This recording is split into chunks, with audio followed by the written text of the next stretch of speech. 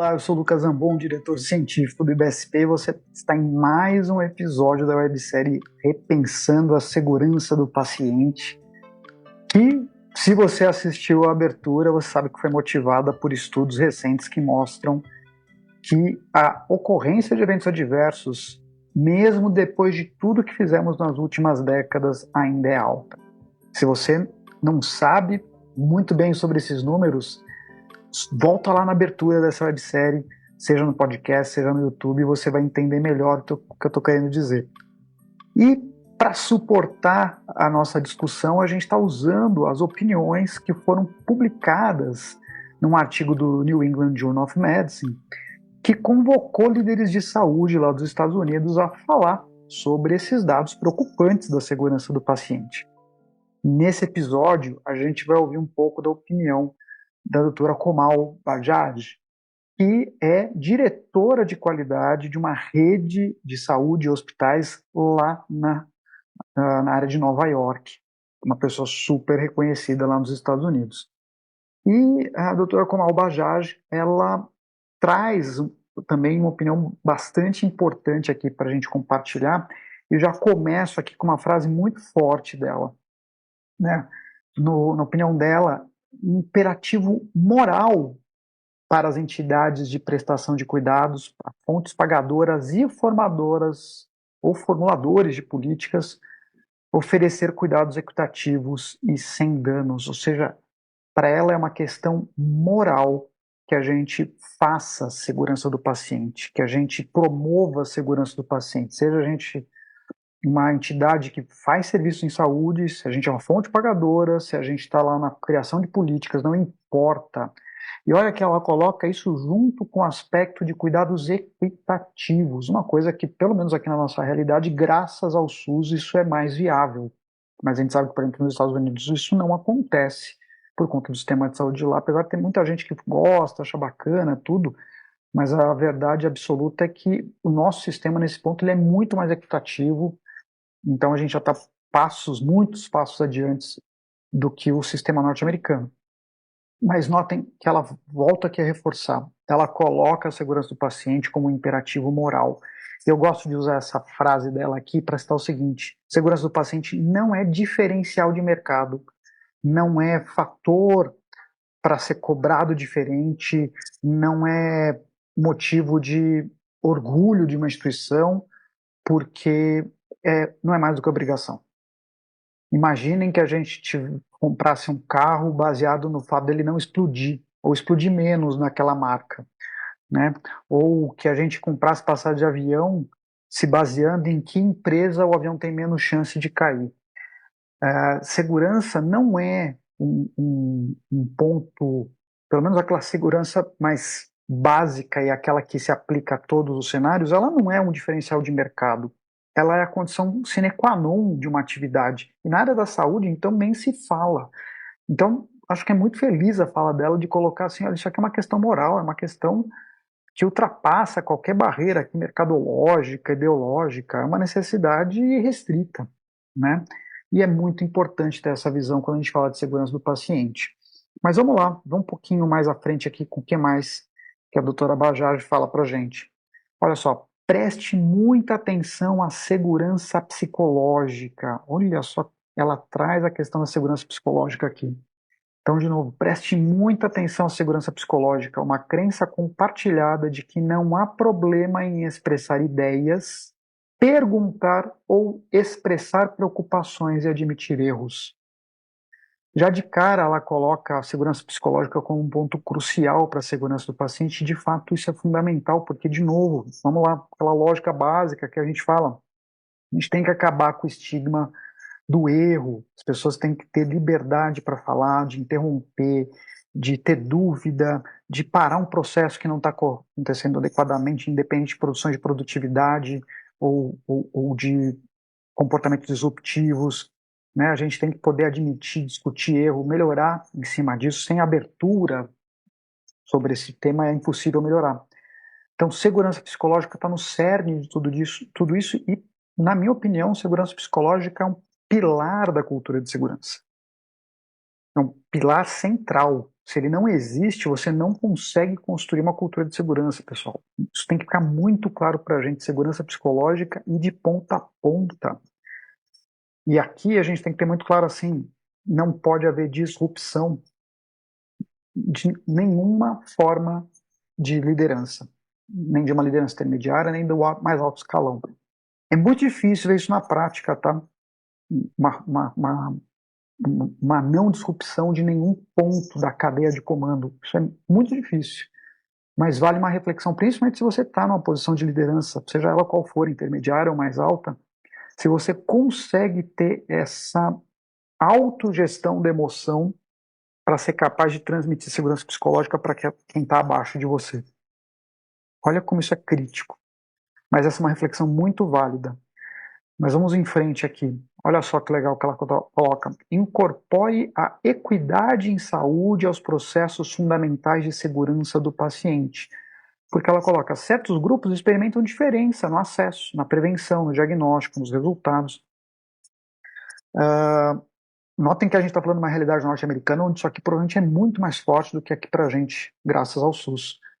Mas, sem sombra de dúvida, pessoas terem acesso à qualidade do cuidado diferente, e aí vamos pegar até as outras dimensões da qualidade, né? Não só a segurança, mas a gente está falando de efetividade, ciência, a própria equidade, de um cuidado centrado, da oportunidade do ponto de vista de acesso. Tudo isso não necessariamente é equânime na nossa realidade e por diversos motivos, né? Daria para a gente discorrer horas sobre isso, mas é importante a gente ter isso no radar, que buscar equidade naquilo que a gente faz, mesmo que seja na nossa realidade, olha, para esse público aqui que eu atendo, eu preciso ser equânime, eu preciso prestar um cuidado equitativo, sem diferenças.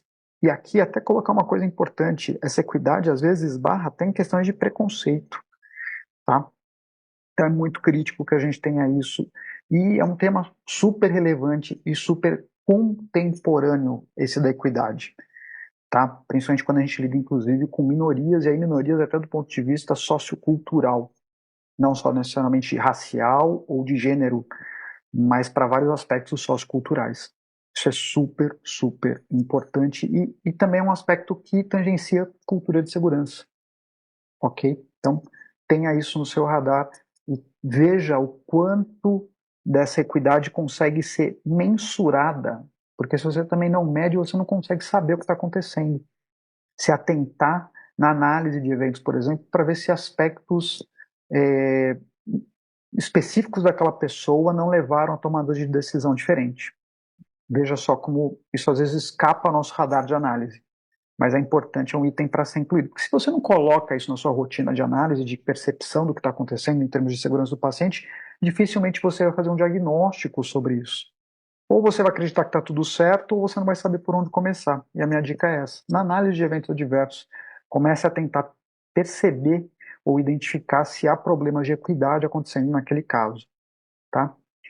Mas vamos lá para mais um trecho dela aqui. Também, fala dela sensacional, né? Aproveite o aprendizado de todos os tipos de eventos. Deve-se obter insights de quase incidentes, quase acidentes ou quase erros, ou near miss, né? Bem como de eventos em que as coisas correram muito bem.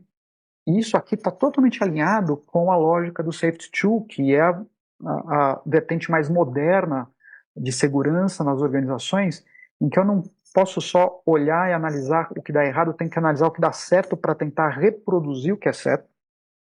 Então, está totalmente alinhado com as definições e as teorias contemporâneas de segurança. Aqui não estou falando da área da saúde, de segurança como área para qualquer atividade humana.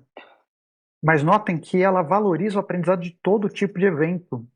Então tem muita gente que às vezes perde a oportunidade de usar um pequeno evento, um incidente, um quase erro para gerar aprendizado, porque foca só no evento grave, na morte, etc. E perde a oportunidade de aprender com uma coisa mais simples. E longe de mim dizer aqui que é por preguiça que as pessoas não fazem isso, porque eu sei que muitas vezes falta estrutura de gente para analisar, pesquisar, falta espaço na rotina. Mas acho que talvez o mais importante seja tentar, assim, criar ambiente de cultura de segurança. E notem que a fala dela inteira aqui, gente, ela é uma diretora de qualidade, então super acertada aqui, eu acho super pertinente tudo que ela coloca, porque tudo que ela coloca aqui vai no fundo, ali vai no cerne da questão da cultura de segurança. Ela fala de segurança psicológica, ela fala de equidade nos processos, mas ela fala de um aprendizado transversal que acontece com tudo que acontece, tem que gerar aprendizado. O aprendizado é contínuo, dinâmico e amplo. Acho que esse que é o ponto crítico. E a gente tem que trabalhar as organizações para criar oportunidade de aprendizado. Acho que esse que é o ponto. Criar brechas para aprendizado, criar espaço para aprendizado. Você tem que ter janela para aprendizado. Está todo mundo super produtivo, super pressionado a fazer, você não tem tempo de respirar, olhar o que está acontecendo e repensar o futuro. Precisa haver espaço para a liderança fazer isso. Tanto o topo da pirâmide quanto a liderança intermediária, quanto para quem está na operação. Janelas de aprendizado é que ajudam a gente a chegar num outro patamar.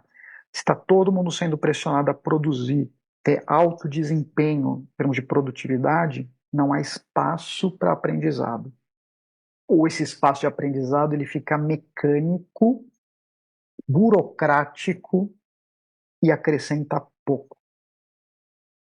Quer ficar, então, os espaços de aprendizado são aquelas aulas ali periódicas tradicionais que tem que cumprir por obrigação ou por alguma meta ou por uma questão de acreditação. Não, isso não é o aprendizado real, tá? Isso tem que ficar muito claro para todo mundo. O aprendizado real, nessa lógica de aprender com o que acerta, aprender com o que erra, depende de análise, depende de você ter uma análise crítica sobre o que ocorre. Isso só acontece com espaço.